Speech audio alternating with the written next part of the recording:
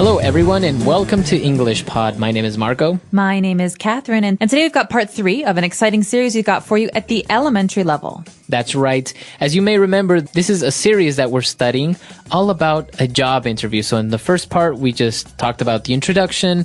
The second part was talking about your personal background. And now we're going to talk about your educational background. Okay, so the key topic here today is education. Let's take a listen to this dialogue, and we'll be back in a minute.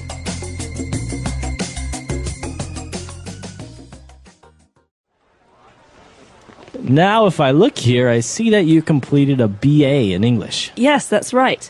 After graduating from high school in New York, I attended York University in the UK. My major was English, and my minor was business. I completed my BA in 2004. Yes, I'm pleased to see that you also got a distinction. Yes, that's right. I've always enjoyed studying. My friends say I'm a bit of a bookworm, but my father always pushed us to succeed at school. Well, it looks like his encouragement paid off, Rebecca. So how about extracurricular activities at university? Well, I've always been keen on writing, so I became the editor for the university student newspaper, which I really loved. Also, I volunteered for a group called Shelter to help the homeless in New York. What did that involve? Providing warm meals and shelter, especially in the winter months.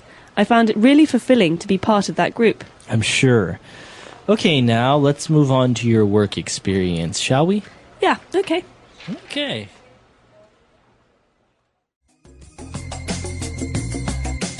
All right, we're back. So the girl was talking about her education, about her university, and she talked about some very interesting words. So why don't we take a look at those and language takeaway? Language takeaway. So, at the very beginning, Mr. Parsons, who's the interviewer here, asks Rebecca about her background and says, I see that you completed your BA in English. Okay, so we have an acronym there, a BA. This stands for bachelor's, or usually a 4-year degree at the beginning of your university studies. That's right. So it's a type of degree, right? A BA is, as you say, your bachelor's degree, and it usually takes 4 years. That's right. You have a Bachelor of the Arts, BA, but you also have a Bachelor of Science, which is a BS. So as you can tell, one is for the arts, like art history, music, things like that. The other is for sciences, like physics or chemistry. Very good. All right. So she has a BA in English. So she obviously studied the English language in university.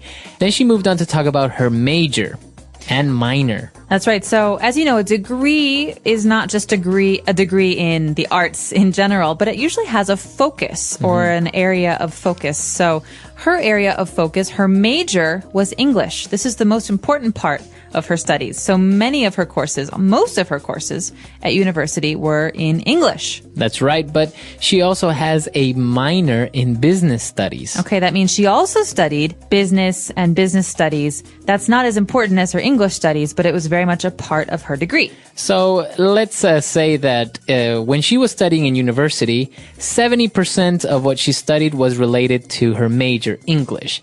And maybe 30% was her minor, was business studies. That's right. And she goes on to talk about herself and her friends who describe her as a bookworm. This is a really nice adjective and very common in English. That's right. So if you are a bookworm or you describe yourself as a bookworm, it means that you like to study a lot. You like to read a lot of books.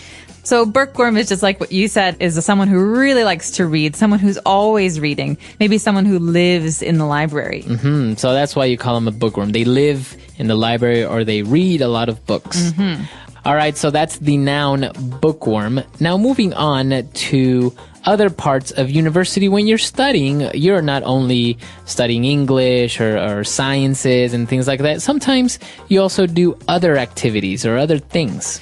That's right. So you have your schoolwork, which is during school. It's English and business studies for this woman, Rebecca. But you also have what you do outside of school. This is called extracurricular activities. So that's a long word, extracurricular. That's right. So extracurricular means it's not in the curriculum, right? That's right. It's outside of school.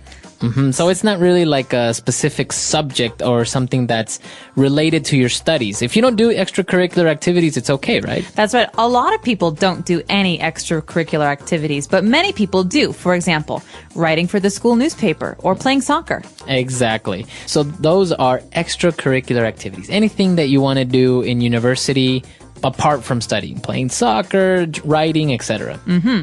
And it's not just university. You can do these in high school as well.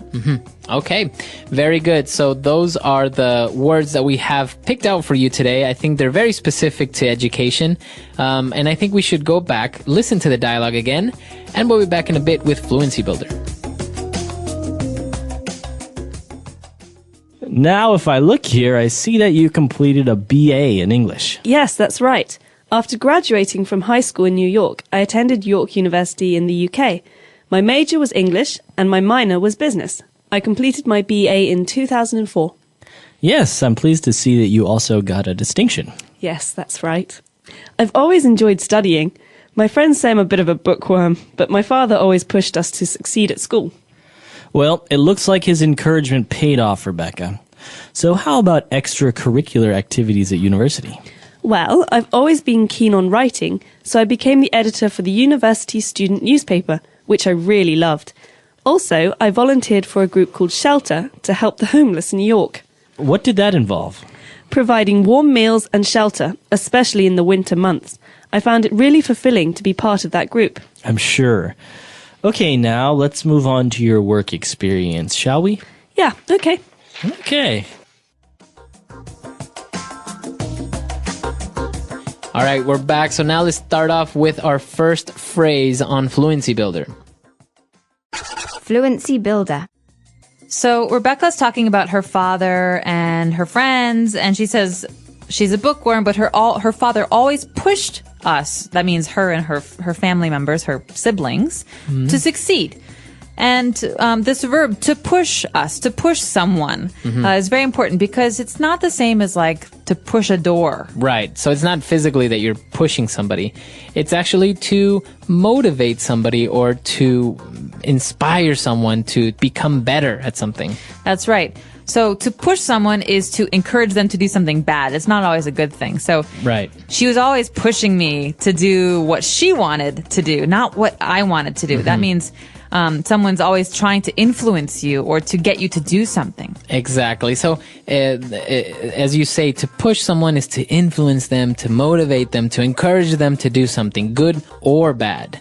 Well, and Mr. Parsons agreed with her dad's encouragement, and he said, well, it really paid off. Okay, this is a great verbal phrase, to pay off. This means to have benefits. Okay, so all of your hard work really paid off. So you can see the results. You can see the positive results of your hard work. It paid off. You could even ask someone, all that hard work, did it pay off? Right. So that you're basically asking, was it worth it? Yeah. Okay, to pay off. And, well, when she was talking about extracurricular activities, she said she was always keen on writing. Now, I think this is more common among British people to say you're keen on something, but it basically means to like. So remember the phrase keen on. This is the preposition here, keen on. I'm keen on writing. So can you say that you are keen on someone? Yes, you can. That means you like someone, maybe romantically. Okay, so it's kind of, as Catherine said, more of a British thing, but it's correct and you can use it in replacement of to like. I think it also sounds a little bit more formal. Instead of saying, well, I've always liked writing, if she says, well, I've always been keen on writing, I think it sounds nice. A little smarter. Yeah. All right. And our last word, it's actually an interesting word. It might be a little bit complicated to understand, but when she said that, volunteering was very fulfilling and to be part of a group. Okay, fulfilling sounds a lot like the word filling, but you shouldn't confuse these two because the meaning is very different, right? So something that is fulfilling makes you feel really good. Maybe you don't make money from it or you don't get a lot of praise from it, but it still makes you feel happy about life for yourself or something. So you get satisfaction. Now notice the pronunciation. You don't say fulfilling.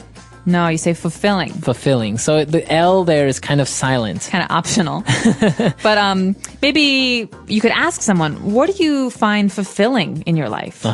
Or you can ask, do you think your job is fulfilling? Yeah. Okay. So a lot of great words there, a lot of interesting things related to education and not so much. Why don't we go back and listen to the dialogue one last time?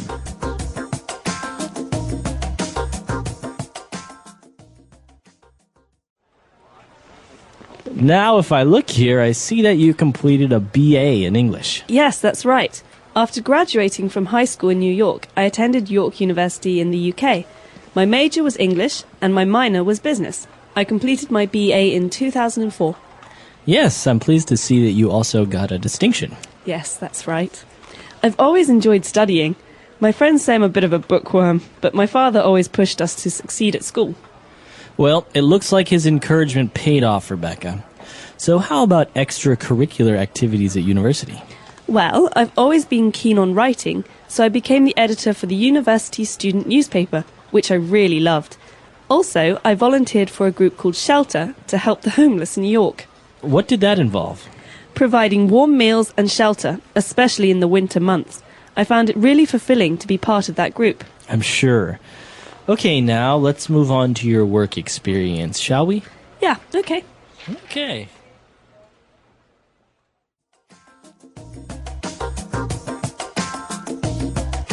All right, so talking about going to university, I think they used a really specific verb there that's worth mentioning. She said, I attended York University in the UK. So to attend. That's right. So you can say I studied at York University, but the more formal way of saying that I was a student at York University is to say I attended that school. So to attend means to be a student at that place. Okay. And what about you, Catherine? Did you participate in any extracurricular activities back in college? I did. I participated in a lot of extracurricular activities. I was in the orchestra at my university, and I played in a lot of musical groups. I also was in a discussion group for politics, and the India-Pakistan dialogue group, and I was in a number of different film clubs. So we talk about film, and I even helped out at the TV station for my university. Oh, wow. The university had a TV station. Yeah, so all of it was student directed. So basically the students controlled the TV station. That's really interesting. I think these types of extracurricular activities are, as many as these, are maybe not as common in other places, or maybe they're a little bit different. I know, for example, in the U.S., you have all these political ones and a lot of sports and things like that, but you also have very strange far ones like I don't know, like there's a cooking club, and there's even like a gardening club. I've heard astronomy club. There's all types of extracurricular activities. Well, what's really nice about a lot of American universities is that there are many resources that students can use. And so maybe the reason there's a cooking club is because there are massive kitchens that the students can use to cook food and experiment, and even teachers and professors sometimes come to help. So it's a really nice environment because everyone's teaching each other. Right. No, it's very, very interesting. And we're actually curious to know how universities work in your country. Are you able to have a minor in a subject?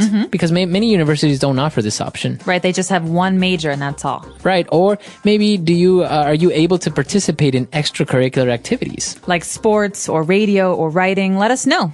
Our website is englishpod.com. All right. So we'll see you guys there. Bye. Bye.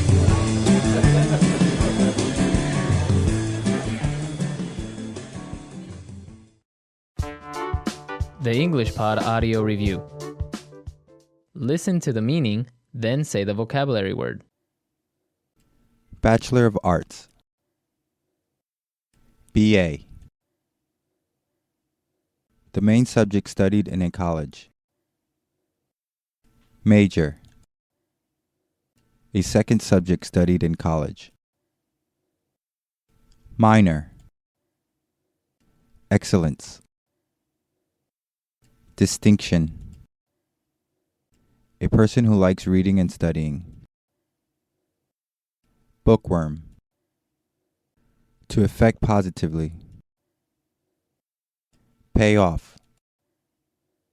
Extra activities. Extracurricular.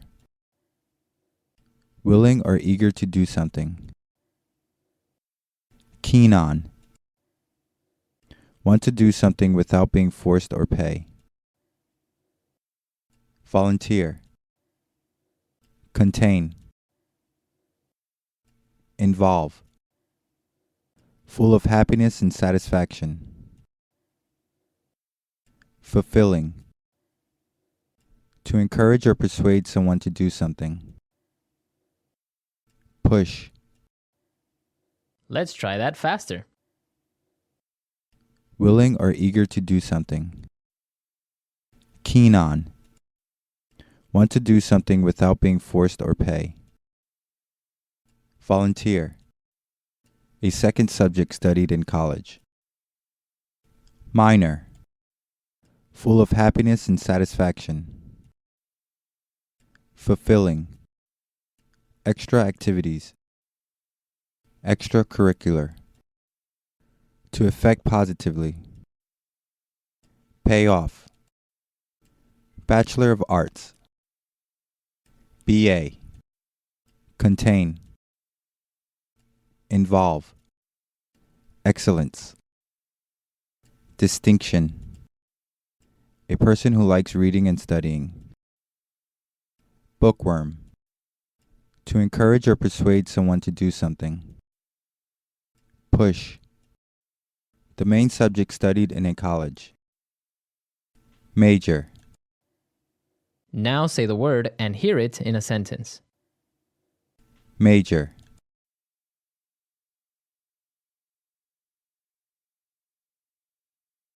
You're almost finished with your first year of college. Have you decided on a major yet? Major.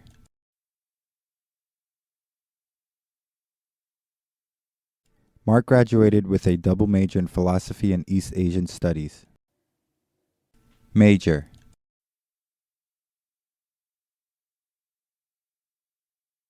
I attended the University of Washington where I majored in economics. Distinction.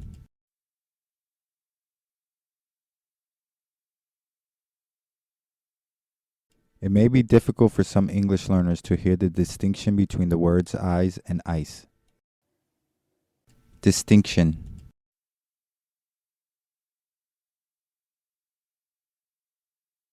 Only the best of the best students at British universities receive distinction. Distinction.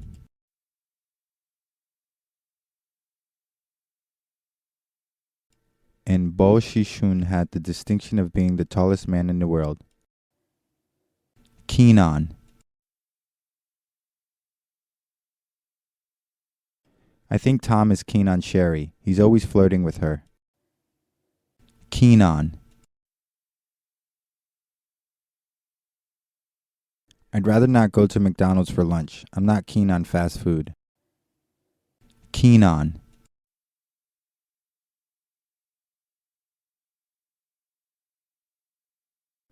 My boss is really keen on golf these days, so we bought him monogrammed golf balls as a gift. Pay off.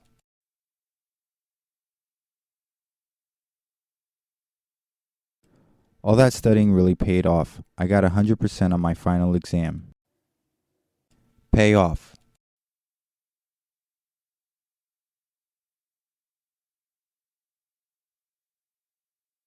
My daughter doesn't like going to violin lessons 3 times a week, but I tell her that all this practice will pay off someday. Pay off.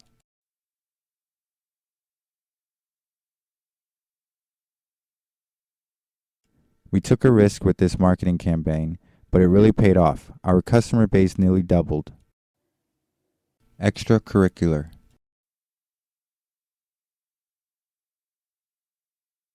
What extracurricular activities did you participate in while you were in college? Extracurricular.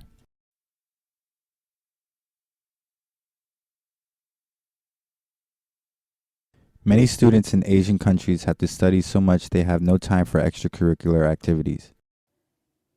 Extracurricular. I'm a happily married man with no extracurricular relationships.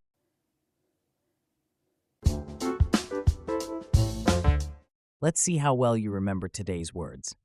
If someone says they completed a BA in English, are they talking about a job promotion or a type of university degree? When a person is described as a bookworm, does that mean they enjoy sports or love reading and studying?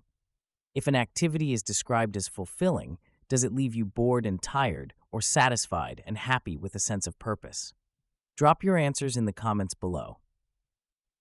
I'd love to hear how well you followed today's episode about education and university life. These quick questions are a great way to strengthen your vocabulary and get used to real interview language. Want to try more? Use keen on or extracurricular in your own sentence and share it with us. Don't forget to like the video and subscribe for more. Stay sharp, and we'll see you in the next one.